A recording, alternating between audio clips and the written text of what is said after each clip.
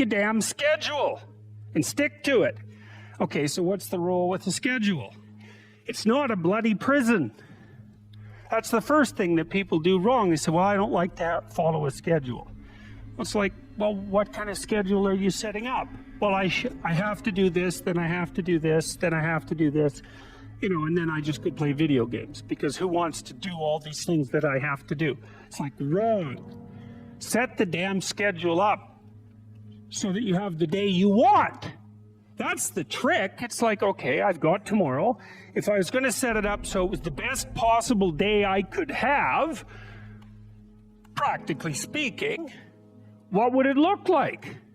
Well, then you schedule that. And obviously there's a bit of responsibility that's going to go along with that, because if you have any sense, one of the things that you're going to insist upon is that at the end of the day, you're not in worse shape than you were than at the beginning of the day, right? Because that's a stupid day. If you have a bunch of those in a row, you just dig, you dig yourself a hole and then you bury yourself in it. It's like, sorry, that's just not a good strategy. It's a bad strategy. So maybe 20% of your day has to be responsibility and obligation, or maybe it's more than that, depending on how far behind you are. But even that, you can ask yourself, okay, well, I've got these responsibilities. I have to schedule the damn things in. What's the right ratio of responsibility to reward? And you can ask yourself that, just like you'd negotiate with someone who is working for you. It's like, okay, you got to work tomorrow. Okay, so I want you to work tomorrow. And you might say, okay, well, what are you going to do for me that makes it likely that I'll work for you?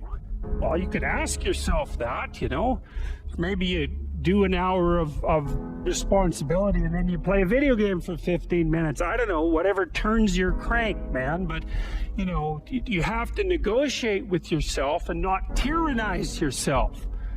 Like you're negotiating with someone that you care for, that you would like to be productive and have a good life. And that's how you make the schedule. It's like, and then you look at the day and you think, well, if I had that day, that'd be good. Great. And you're useless and horrible, so you'll probably only hit it with about 70% accuracy, but that beats the hell out of 0, right? And if you hit it even with 50% accuracy, another rule is, well, aim for 51% the next week, or 50.5% for God's sake, or because you're going to hit that position where things start to loop back positively and spiral you upward. Stop doing the things that you know are wrong that you could stop doing. Right? So it's a fairly limited attempt. First of all, we're not going to say that you know what the good is or what the truth is in any ultimate sense.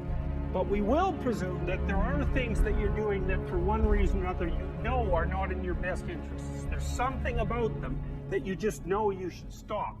They're kind of self-evident to you. Other things you're going to be doubtful about. You're not going to know which way is up and which way is down. But there are things that you're doing that you know you shouldn't do. Now, some of those you won't stop doing for whatever reason. You don't have the discipline, or maybe there's a secondary payoff, or you don't believe it's necessary, or it's too much of a sacrifice, or you're angry or resentful or afraid. Who knows? So forget about those for now. But there's another subset that you could stop doing. It might be a little thing. Well, that's fine. Stop doing it and see what happens. And what'll happen is your vision will clear a little bit. And then something else will pop up in your field of apprehension that you will also know you should stop doing, and that you could stop doing, because you strengthened yourself a bit by stopping doing the particular stupid thing that you were doing before. That just puts you together a little bit more. And you could do that repeatedly for an indefinite period of time. And that doesn't necessarily mean that you're going to ever be able to formulate a clear and final picture of what constitutes the truth and the good. But it does mean that you'll be able to continually move away from what's untruth and what's bad. And, that's not a bad start. I can't sleep at night because I'm thinking about something. And usually what I'll do is go write it down. I have some writing to do, so I get up and I go write down what I'm thinking, and that usually does the trick. But because I had been playing with YouTube, I thought, well, I'll try making YouTube video and telling people what I'm thinking about and see if that performs the same function as writing. And to me, the function of writing, well, it's twofold. One is conceivably to communicate with people, although the fundamental purpose for me is to clarify my thoughts so that I know because if something is disturbing you, what that means is that it needs to be articulated. It's the emergence of unexplored territory, something that disturbs you. That's the right way to think about it. It's unmapped territory that's manifesting itself. It's like a vista of threat and possibility, and you need to articulate a path through it. And so that's what I was doing. It's like I was thinking, well, this is bothering me, and this seems to be why, and here's what I think is going on, and so I made the videos, and in some sense, I didn't think anything more of it. You don't have to necessarily have done anything wrong for things to get completely out of control.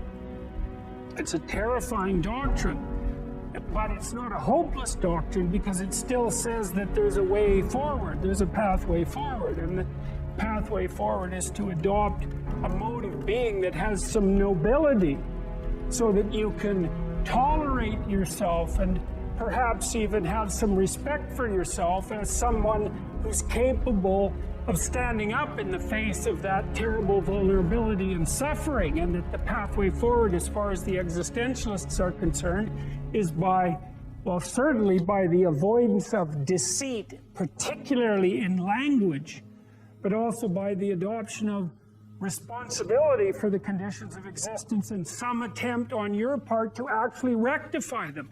And the thing that's so interesting about that is, well, two, as far as I'm concerned, and some of this is from clinical experience. If you take people, and I've told you this, and you expose them voluntarily to things that they are avoiding and are afraid of, that they know they need to overcome in order to meet their goals, their self-defined goals. If you can teach people to stand up in the face of the things they're afraid of, they get stronger. And you don't know what the upper limits to that are, because you might ask yourself, like, if for 10 years, if you didn't avoid doing what you knew you needed to do, by your own definitions, right, within the value structure that you've created, to the degree that you've done that, what would you be like? Well, there are remarkable people who come into the world from time to time, and there are people who do find out over decades-long periods what they could be like if they were who they were, if they spoke their being forward.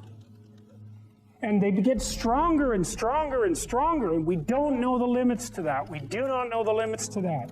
And so you could say, well, in part, perhaps the reason that you're suffering unbearably can be left at your feet, because you're not everything you could be, and you know it. And of course, that's a terrible thing to admit, and it's a terrible thing to consider, but there's real promise in it, right? Because it means that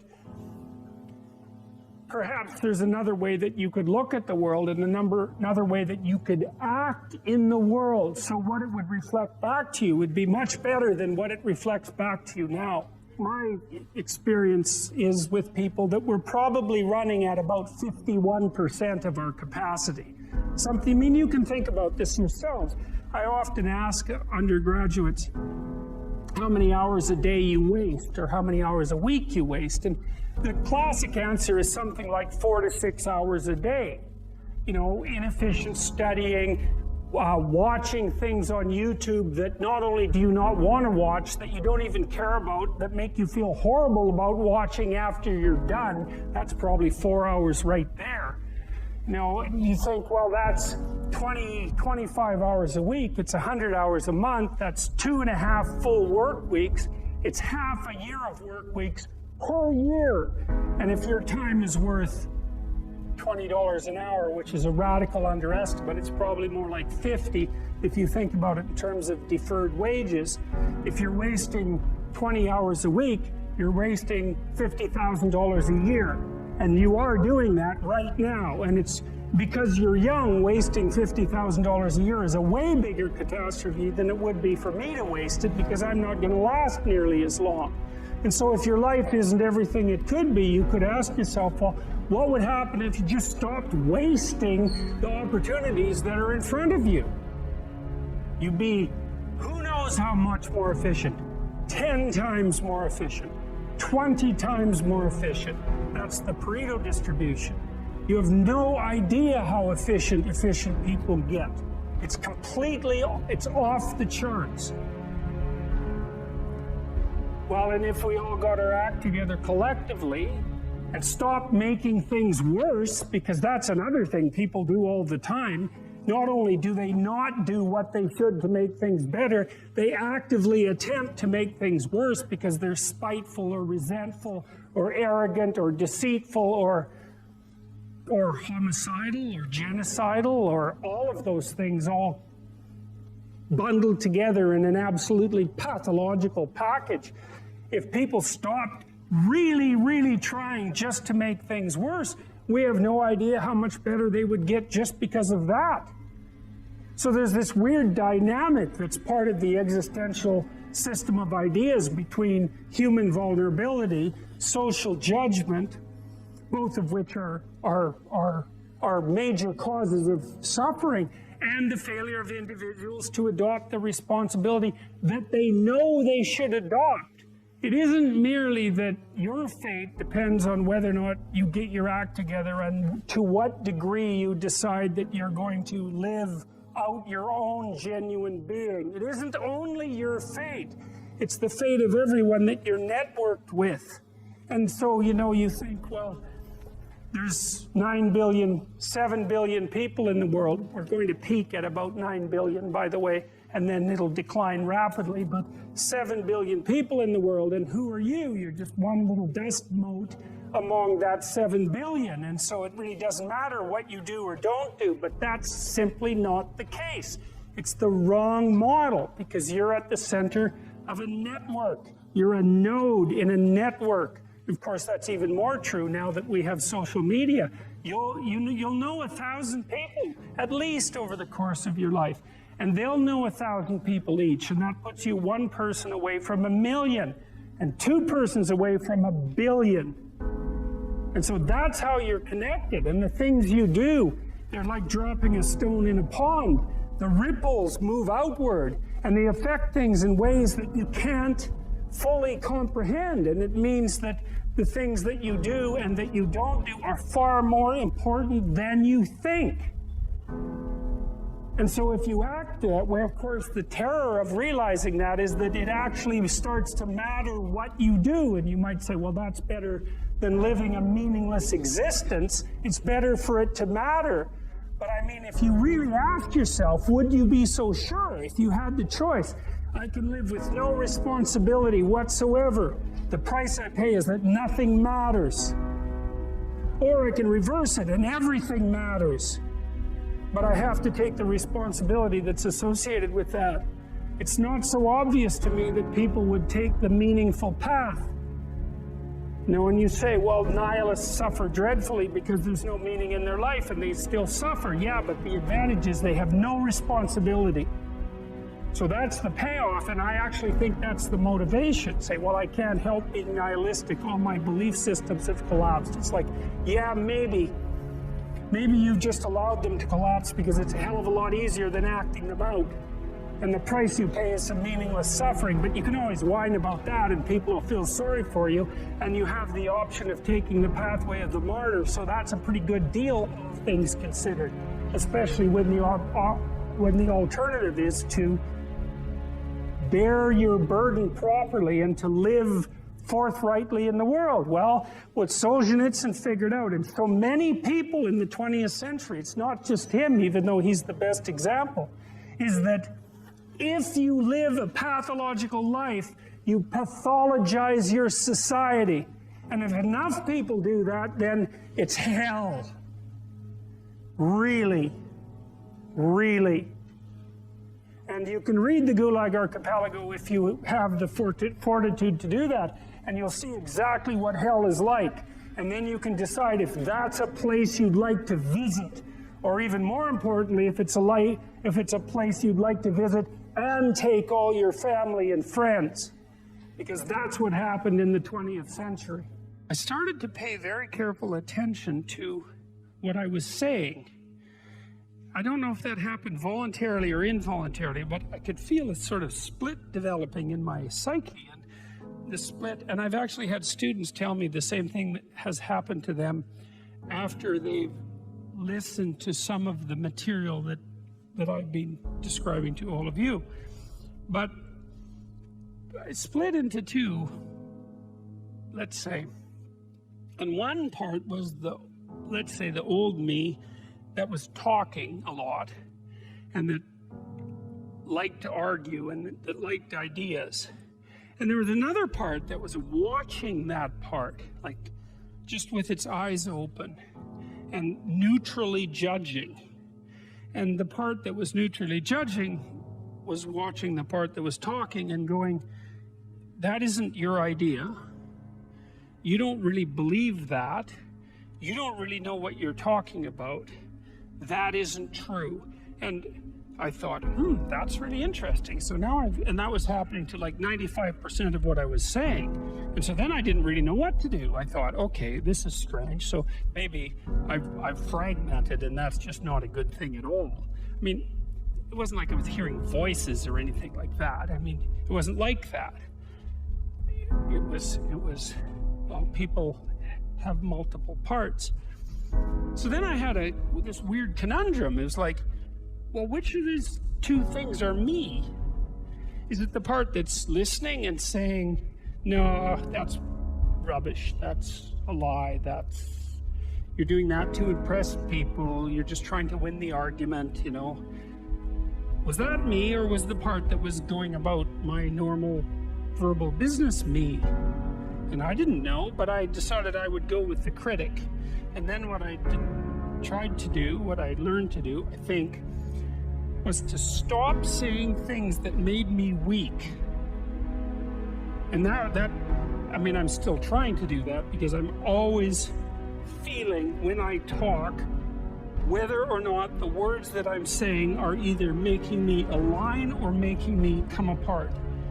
And I think the alignment, I really do think the alignment is the right way of conceptualizing it, because I think if you say things that are as true as you can say them, let's say, then they come out of the depths inside of you.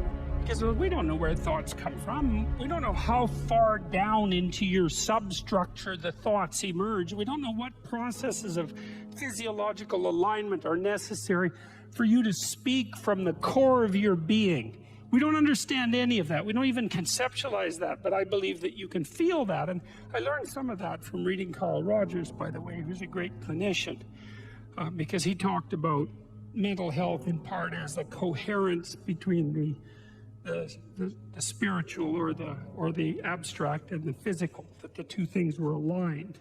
And there's a lot of idea of alignment in psychoanalytic and clinical thinking. But anyways, I decided that I would start practicing not saying things that would make me weak. And what happened was that I had to stop saying almost everything that I was saying. I would say 95% of it. It's a hell of a shock to wake up, and I mean, this was over a few months, but it's a hell of a shock to wake up and realize that you're mostly dead wood. It's a shock, you know, and you might think, well, do you really want all of that to burn off? It's like, well, there's nothing left but a little husk. It's like, well, if that 5% is solid, then maybe that's exactly what you want to have happen.